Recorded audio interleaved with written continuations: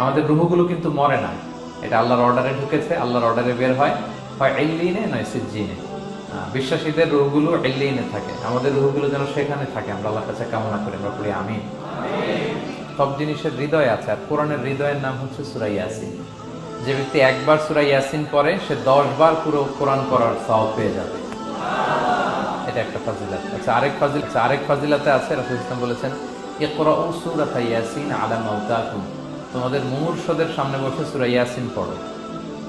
মৃত্যু পথযাত্রী এখনই মারা যাবে, অসুস্থ হয়ে পড়ে আছে, তাদের যাতে কষ্ট কম হয়, লাঘব হয়, রাসূল ইসলাম বলেছেন সূরা ইয়াসিন তার সামনে বসে পড়ো। কেন? এটা আমি সামনে বলবো।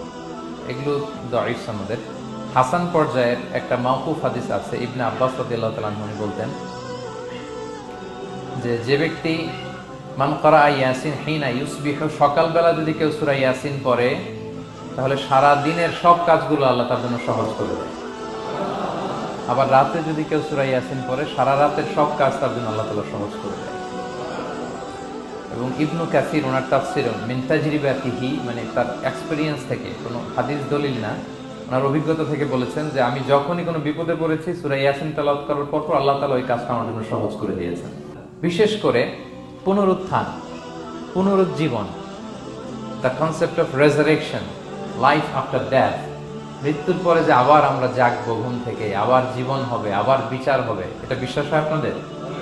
হ্যাঁ, মক্কার লোকদের বিশ্বাস হতো না, তারা অবাক হয়ে শুনতো রাসূল সাল্লাল্লাহু আলাইহি ওয়াসাল্লামের কাছ থেকে যে বলে কি আমরা মরে যাব, পচে যাব, গলে যাব, জীর্ণ শীর্ণ হয়ে যাব, আমাদের হাড্ডি খুঁজে পাওয়া যাবে না, অস্তিত্ব পাওয়া যাবে না, আবার আমরা নাকি জীবিত হব, আবার নাকি উঠবো, আবার বিচার, আবার কি কি বলে মুহাম্মদ।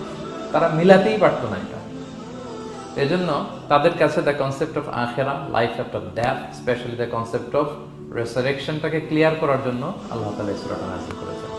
তাহলে এই সূরার সেন্ট্রাল থিম, মূল প্রতিপাদ্য বিষয় হচ্ছে পুনরুজ্জীবন বা পুনরুত্থান, মানে আবার যে আমরা পুনরায় উঠবো। বিশ্বাস হয় আপনাদের?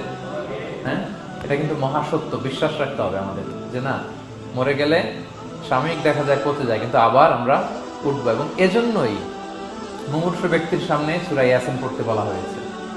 আপনি যখন সূরা ইয়াসিন পড়বেন তার সামনে কাইন্ড অফ আপনি তাকে বোঝাতে যাচ্ছেন যে আপনি প্রকৃতপক্ষে মারা যাচ্ছেন না, এটা আপনার জীবনের পূর্ণ সমাপ্তি নয়, বরং এটা এই নশ্বর দুনিয়া থেকে আপনার অস্তিত্বের সাময়িক একটা বিদায়। কেউ যে মারা যাচ্ছে, আমার দাদা, আমার বাবা মারা যাচ্ছে, আমরা বিদায় দিচ্ছি, আজীবন হারাই ফেললাম নাকি তারে আমরা? কি সে কি আজীবনের জন্য মিসিং? সাময়িক একটা বিদায়, একটা শর্ট ব্রেক, ওনার অস্তিত্বের এই নশ্বর দুনিয়া থেকে ওনার অস্তিত্বের সাময়িক একটা বিদায়, কিন্তু পরবর্তী দুনিয়ায় তিনি কিন্তু আবার অনন্ত জীবন লাভ করবেন। তার মানে শারীরিক একটা মৃত্যু হচ্ছে, তার রুহের কোনো মৃত্যু নেই, হয় ইল্লিনে নয় সিজ্জিনে। ঠিক কিনা বলেন?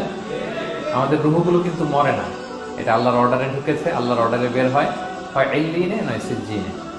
বিশ্বাসীদের রুহগুলো ইল্লিনে থাকে, আমাদের রুহগুলো যেন সেখানে থাকে, আমরা আল্লাহর কাছে কামনা করি, আমরা পড়ি আমিন।